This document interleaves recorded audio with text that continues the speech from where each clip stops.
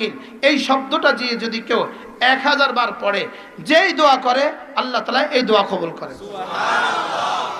হাসবুনাল্লাহু ওয়া নি'মাল ওয়াকিল, বলেন হাসবুনাল্লাহু ওয়া নি'মাল ওয়াকিল, হাসবুনাল্লাহু ওয়া নি'মাল ওয়াকিল। আবার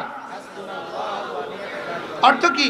আল্লাহ আমার জন্য যথেষ্ট, আল্লাহ আমার উত্তম, উত্তম কি কারে সাজ, আল্লাহ আমার উত্তম কি বলবে, হ্যাঁ অভিভাবক, বলেন উত্তম কি অভিভাবক। আমি আমার রবকে বললাম আমার উত্তম অভিভাবক, একবার না দুইবার না 1000 বার বললাম, আমার রব আমার অভিভাবকত্ব গ্রহণ করবেন না? অবশ্যই করবেন।